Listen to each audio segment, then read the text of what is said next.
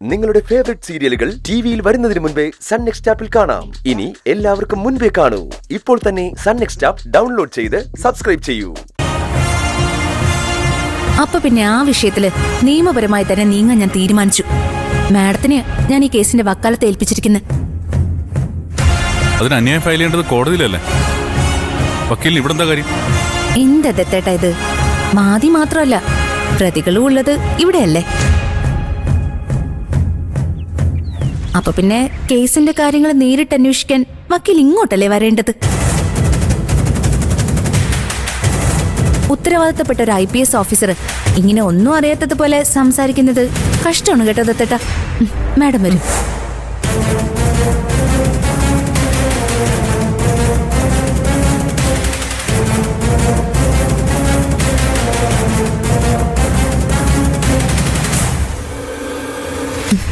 ഇരിക്കെ.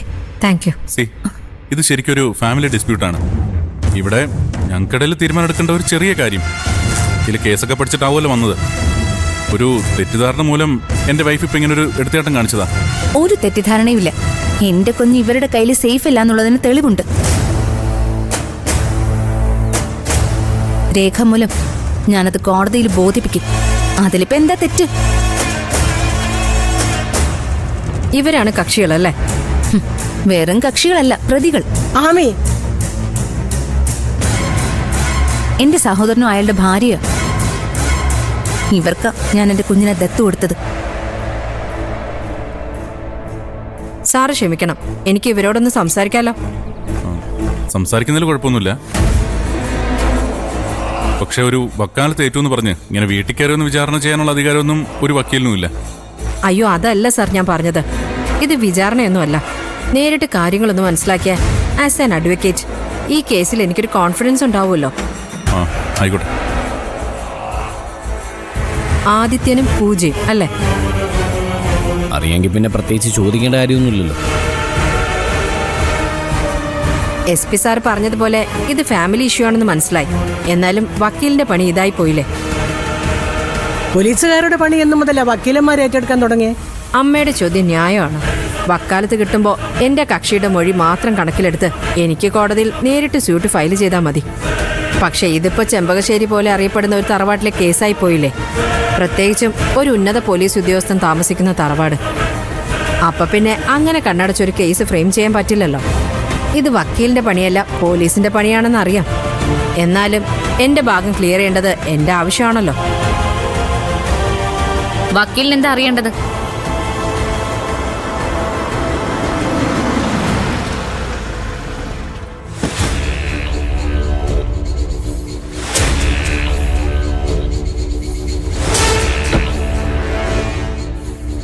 ഈ അഡോപ്ഷനായി ബന്ധപ്പെട്ട് എല്ലാ കാര്യങ്ങളും എനിക്കറിയണം.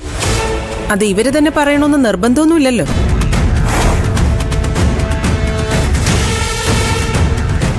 വക്കീൽ ഇങ്ങോട്ട് പുറപ്പെട്ടിട്ടുണ്ടെന്ന് അറിഞ്ഞിട്ട് തന്നെയാ ഞാൻ വന്നത്.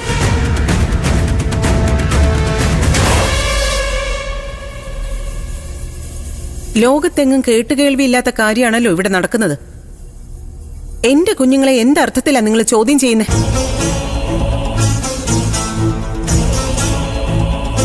അതും ഉമാദത്തിനെ പോലെ SP റാങ്കിലുള്ള ഒരു IPS കാരൻ നോക്കി നിൽക്കുമ്പോ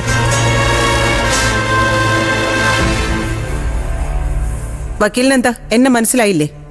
ഞാൻ മായാലക്ഷ്മി IAS, ലാൻഡ് റവന്യൂ കമ്മീഷണറാ. കുറച്ചുകൂടി തെളിച്ചു പറയാം, ഞാൻ പൂജയുടെ അമ്മയാ.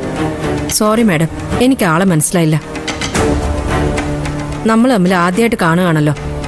ആദ്യം കണ്ടാലും അവസാനം കണ്ടാലും നിയമം വിട്ടുള്ള ഈ ഏർപ്പാട് ഇവിടെ നടക്കില്ല. എന്റെ മകൾക്ക് ഇവൾ ദത്ത് കൊടുത്ത കുഞ്ഞ് ഇപ്പൊ അവളുടെ കയ്യിൽ സുരക്ഷിതയല്ല എന്നായിരിക്കും വക്കീലിന് കിട്ടിയ ഇൻഫർമേഷൻ അല്ലേ?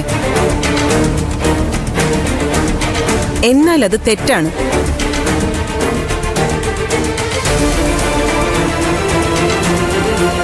അപ്പൊ അവരൊന്നിച്ചു പറഞ്ഞത് ചുമ്മാതല്ലേ? ദത്ത് നൽകിയ കുഞ്ഞിനെ തിരിച്ചു പിടിക്കാനുള്ള ഇവളുടെ കുതന്ത്രമാണിത്. വക്കീലെന്നല്ല, നിയമവിരുദ്ധമായ ഈ കാര്യത്തിന് കൂട്ടുനിൽക്കുന്നവരെയെല്ലാം പിടിച്ചകത്താക്കാനാ എന്റെ തീരുമാനം. ഓഹോ, അത് ശരി. അപ്പോ കളക്ടർ രണ്ടും കൽപ്പിച്ചാണല്ലേ? എന്നാ പിന്നെ അതൊന്നും കാണണല്ലോ. അപ്പൊ ശത്രു എന്നും ശത്രു തന്നെ. കാണാൻ പ്രത്യേകിച്ചൊന്നുമില്ല. ആ, എന്റെ മകൾക്ക് ഇത്രയും ആളുകളെ സാക്ഷി നിർത്തി നീ ദത്ത് കൊടുത്തതാണ് ആ കുഞ്ഞിനെയെങ്കിൽ സാക്ഷി പട്ടികയിൽ ആദ്യം ഒപ്പിട്ടിരിക്കുന്നത് ഞാനാണെങ്കിൽ ആജീവനാന്തം ആ കുഞ്ഞ് എന്റെ മകളുടേതായിരിക്കും.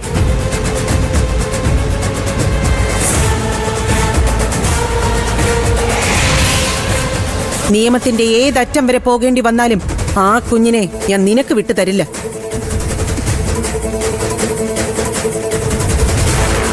മായേ, എന്താ ഇത്? ദേവി, ഇത് അമ്മ ഇതിൽ ഇടപെടരുത്. ഇടപെടാതെ പിന്നെ എങ്ങനെയെങ്കിലും ഈ പ്രശ്നങ്ങളിൽ ഞങ്ങൾ ഈ 4 ചുവരുകൾക്കുള്ളിൽ ഒന്ന് പറഞ്ഞു തീർക്കാൻ ഇവിടെ പാടുപെടുക. അതിനിടെ മായയും കൂടെ ഇങ്ങനെ തുടങ്ങി, അത് വലിയ കഷ്ടമാണ് കേട്ടോ. പിന്നെ എന്റെ മകൾക്ക് വേണ്ടി സംസാരിക്കാൻ വേറെ ആരാ ഉള്ളത്? മൗനം കൊണ്ട് 3 നേരം ഭക്ഷണം കഴിക്കുന്ന എന്റെ മരുമകനോ? അതോ തൊട്ടിലിൽ കിടന്നുറങ്ങുന്ന ആ പാവം കുഞ്ഞോ?